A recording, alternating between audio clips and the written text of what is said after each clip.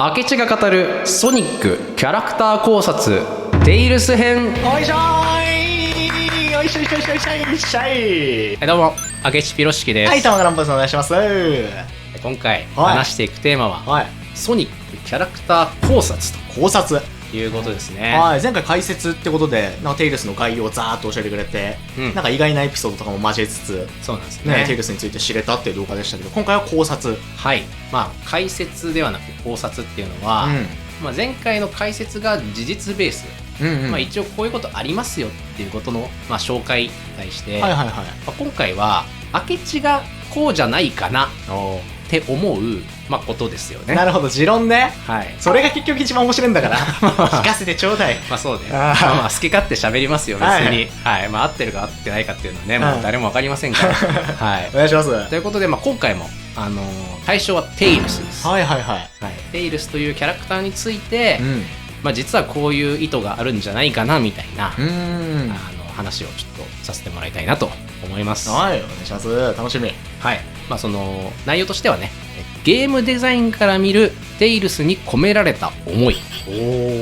まあ、こういうテーマでちょっと話していきたいんですけど、テイルスに込められた思い。はい。まあ、ゲームデザインから見るってちょっと難しい言葉を使いましたけど、まあ、要はテイルスがゲームにおいて持たされてる役割とか、まあ、そういったところから、テイルスってこういう意図があって作られたキャラなんじゃないかっていう、そういうまあなんでしょう、制作秘話みたいな。なるほどなるほど。話ですかね。まあ、これを知ることによって、まあ、なるほどテイルスってこういう見方をすれば面白いなっていうのをちょっと感じたので、それをこう共感してもらえればいいなと思ってちょっと披露したいなと。いいね。ということですね。聞かせてちょうだいよ。まずテイルスは、まあ、ソニック在地をグというアクションゲームにおいての、まあ、2P キャラクターですね。まあ、マリオでいうルイージっていうことで、まあ、2人プレイの時に操作するキャラクターということなんですけど、テイルスってすごく画期的なシステムで実は作られたキャラクターなんですよ。テイルスってダメージ受けないキャラなんですよ、敵から。あんまそうか、死なないもんね。復活がすぐできてっていうことで。まあ、そう言ってもらった方が分かりやすいから、そう死なないんです。厳密に言うと穴とかに落ちれば一回こういなくなるんだけど、またすぐ復活して、まあ、いわゆるそのサブキャラって言えばいいのかな。要は 1P であるソニックとは違ったルールで存在するキャラクターなんですよ。今までのゲーム、まあ、それ以前のゲームの2人プレイの主流っていうのは、例えばじゃあ1人目がマリオを動かしてプレイします、でそのマリオの番が終わったら、2人目がルイージを動かしてまた同じステージを1人でプレイしますみたいな、順番プレイだよね、っていうパターンか、もしくは2人とも同じ画面にはいるけれども、全く同じルール、要は 2P も普通にダメージを受ければ死ぬし、ストックがなくなればゲームオーバーでいなくなるし、みたいな全く対等の、全く同じっていう2人プレイが主流だったというか、ほとんどそれだったんだけど、テイルスっていうのはソニックと同じような動きをするんだけれども、まあ、敵からダメージを受けても死なないし、すぐ復活するし、っていう明らかにチートキャラなんですよ。まあそうだよね、ゲーム上は無敵だもんね。ただテイルスが先に進んでいっても、画面の中心にはずっとソニックがいるので、先に進むことはできなかったりとか、アイテムを取ることができなかったりだとか、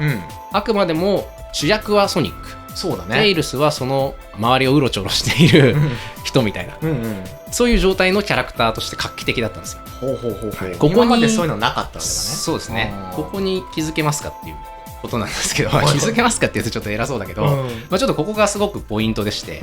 テイルスを遊ぶ人ってじゃあどういう人っていうところをちょっと考えてほしいんですけど、つまり、ソニックを動かしている人よりも、ゲームが苦手な人とかでも動かせるようにデザインされてるんですよ。そうだね、確かに。同じルールでやっちゃうと、苦手な人はすぐ死んじゃって遊べなくなっちゃうし、順番にプレイするにしたってやっぱり苦手な人は全然クリアできなくて置いてけぼりになっちゃう、っていうのがテイルスの方はソニックがメインですから、ソニックが進んでくれればテイルスもずっと一緒に遊べるし、まあ、どんなに下手くそでも、まあ、死なないわけですから、まあ、ずっと一緒で遊べるということで、まあ、ゲーム苦手な人でも遊べますよっていうキャラクターなんですね。なるほど。確かにね、同じ画面に存在はするし自由に動けるけど、あくまで主導権はソニックにあって、テイルスは自由意志を持ってるけどテイルスが主体で進むことはないっていうことなのね。そうなんですね。ここが結構面白いなと思っていて、ソニックの開発者の一人である中裕二さんと、うちの動画では結構たびたび名前を出す方なんですけれども、プログラマーの人ですね。でその中さんが、とある映像でちょっと出典すいません忘れちゃったんですけど、昔のとある映像で話していた内容なんだけど、明確にテイルスっていうキャラクターは、ソニックをプレイしているお兄ちゃんと妹が一緒にプレイしてほしくて作ったキャラクターですみたいなことを言ってるんですよ。要は兄弟で遊んでもらって、でそのお兄ちゃんの妹がテイルスを操作してほしい、2人で楽しく遊んでほしいみたいなことをインタビューで語っているんですよ。なるほど。なんで妹なのかっていうのはちょっと突っ込まないんですけど、確かにね、テイルス弟分ってねそうだね。女の子とか、年少者とか、男の子でお兄ちゃんでよりもちょっとゲームが苦手っていうイメージで、妹って言ったのかもしれないけども、それはもちろん弟でもいいわけだし、場合によってはお母さんとかね、確かにね、2人で遊ぶときに、ゲームが得意な方とちょっと苦手な方が一緒に遊べるよっていうコンセプトがあったんだっていう言い方をしてて、なるほどなと、これテイルスっていうキャラクターにすごいシンクロするなと思うんですよ。ソニックの弟分って今玉川も言いましたけど、テイルスはソニックに憧れて、後ろをくっついていって、いつかソニックみたいになりたいって常に憧れを持ってるキャラクターでしたよね。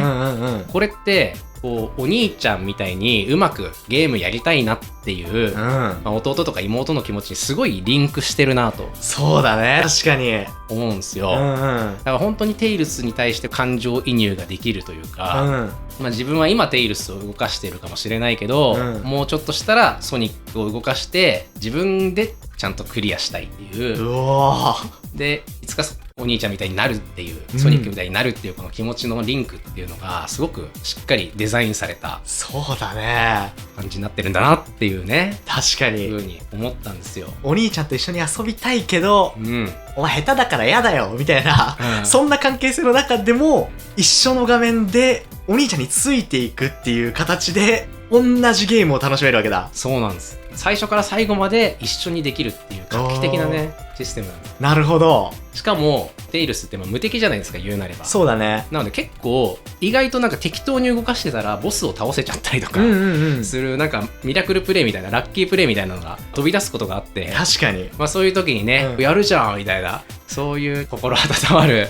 風景もあったんじゃないかなとか、そうね、確かにね、思ったりするわけですけど、憧れのお兄ちゃんに認められたみたいな、ほのかな喜びを胸にゲームが進んでいくみたいなあったけあったけなそうゲームデザインの時点で、そういう役割を持たされて、それがキャラクター性にも落とし込まれた、よくできたキャラだなと。なるほどね。いうね話なんですよ。納得だね、確かに。あとそのテイルスっていうのは、そのシリーズを重ねていくにつれて、ソニックとは異なる個性を持たされているキャラでもあるんだよね。空を飛ぶことができたりとか、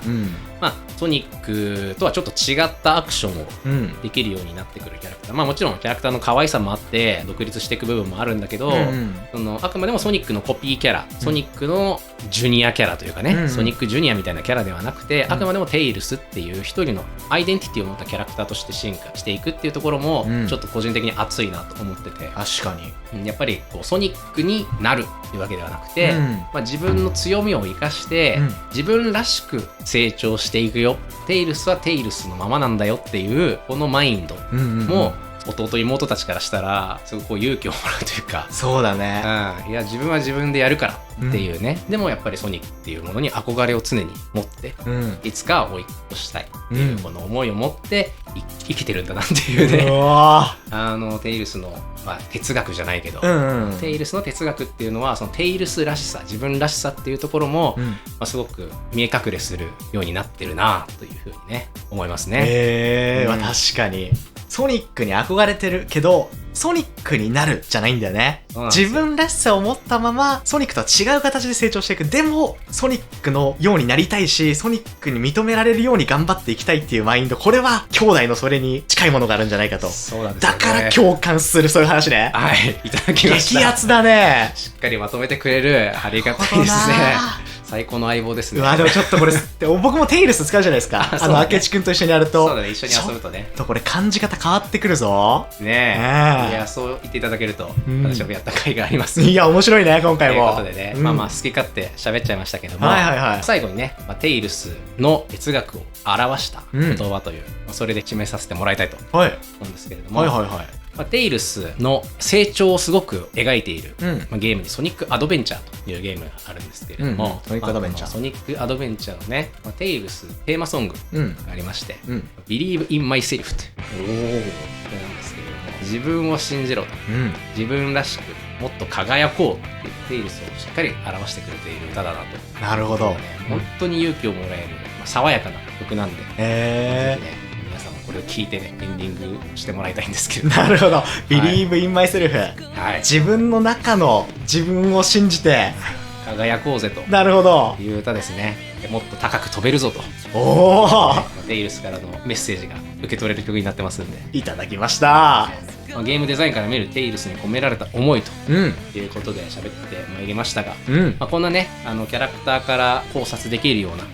またちょっと違った楽しみ方っていうのを、他のキャラクターでもやっていきたいなと思いますので、楽しみ。興味がある方はチャンネル登録よろしくお願いします。しっかり宣伝もしていく。はい。ということでね、今回はこのぐらいにしときましょうか。はい、ご視聴いただきましてありがとうございます。次回もよろしく。